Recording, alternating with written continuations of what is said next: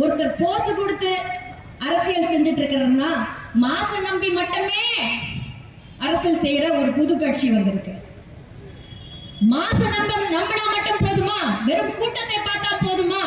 மக்களுக்கு நீங்க என்ன செய்வீங்க, என்ன செஞ்சிருக்கீங்க அப்படின்றத எடுத்து உரையாட வேண்டும் இல்லையா? அது இல்லையே. வெறும் நாங்க நாலாண்டா அனைத்து இந்திய அண்ணா திராவிட முன்னேற்ற கழகம் என்னென்ன விஷயங்கள் எடுத்து வைக்கிறாங்க, ஒவ்வொரு விஷயம் சட்டமன்றத்துல வந்து எடுத்து வைக்கும் போது டிவியை துண்டிச்சு விடுறாங்க. ஆனா ஒவ்வொரு கேள்வியும் கணீர்னு இருக்கு. ஐயா எடப்பாடியார் அவர்களுடைய கேள்விகள் எல்லாம் உண்மையான கேள்விகள். அவ்வளவு பிரச்சனைகள் இங்க தமிழ்நாட்டில் இருக்கிறது. அப்படி இருக்கும்போது இங்க விஜய் என்பவர் வெறும் கை காமிச்சுக்கிட்டு 4 வரி பேசிக்கிட்டு 5 நிமிஷம் பேசிக்கிட்டு இதான் என்னோட அரசியல் அப்படின்னு சொல்லிட்டு போயிடுறாரு.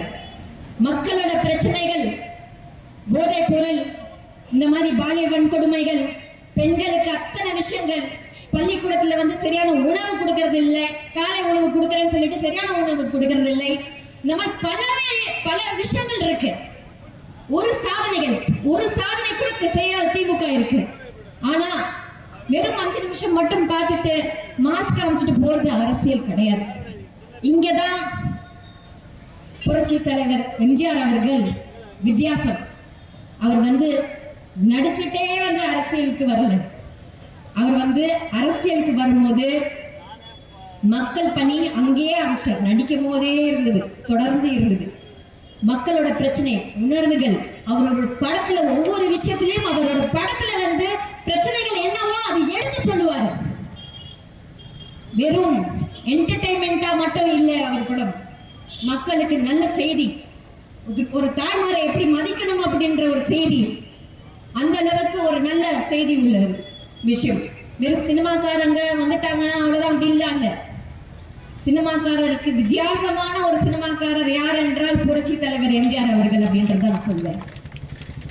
விஜயை பார்த்து பயப்படுறதுக்கு நம்மளுக்கு அவசியமே கிடையாது.